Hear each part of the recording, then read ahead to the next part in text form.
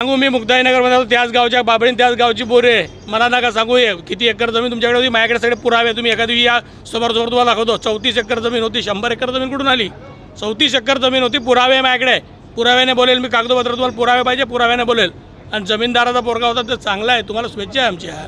तुम्ही सोन्याच्या चमचा घेऊनच जन्माला आले. मुक्ताईनगर, कोथडी गाव, सारबर्डी गाव, हरताळे गाव, मुक्ताईनगर गाव तुम्हाला पाहिलं आहे. त्याच्यामुळे ते आम्हाला सांगण्याची गरज नाही. तुम्ही गिरीश भाऊंना तुम्ही सांगा ते काय असतील ते. पण आम्ही सर्वसामान्य कुटुंबात आलो आहे.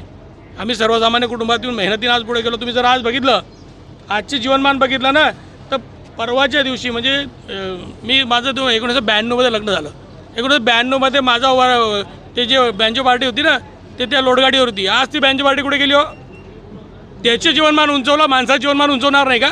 पण यांना कोणाचं जीवनमान उंचवलेलं कधीच खपत नाही. यांना स्वतः मोठे झालेले, स्वतःच्या घरामध्ये ते काय असेल सगळे पदं आलेले चालतात. दुसऱ्याकडे गेलं की त्यांची दुखते. अशा माणसाच्या बाबतीत मी काय अपेक्षा ठेवू? 100 एकर असा आरोप केलेला आहे की एवढे नाही, 100 नाही, 120 एकर जमीन आहे कुटुंबाची आमच्या. 100 फार कमी सांगितले. 120 एकराचे उतारे आजही आमच्या कुटुंबाचे आहे, जे काढू शकतात आणि पाहू शकतात. मला खोटं बोलायची काय गरज आहे? मी जे आहे त्यांनी सांगावं की मी काही हवालदाराचा मुलगा होतो का, कशाचा होतो. माझ्या हिशोबावर असेल जमीन ती 34 एकर.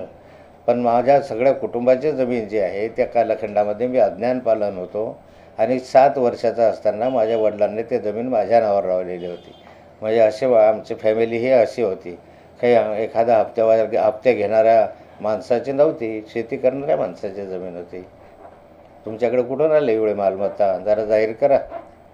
50 खोके सब कुछ ओके म्हणून म्हणतात, त्याच्यामधनं आलं मी समजू शकतो. पण एखादा हवालदाराचा मुलगा हे घेऊ शकतो हे मला मान्य आहे. मी म्हटलं होतं की खडसे कुटुंबामध्ये आमच्या 100 एकर जमीन होती.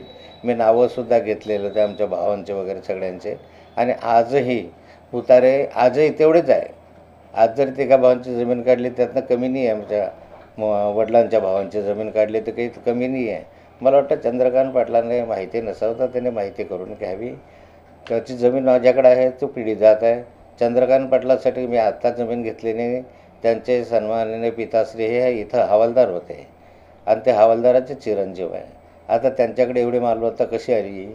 इथे एवढी जमीन कशी झाली? एवढं फ्लॅट वगैरे जे घेतले ते कसे झाले? पण हवालदाराचा मुलगा घेऊ शकतो.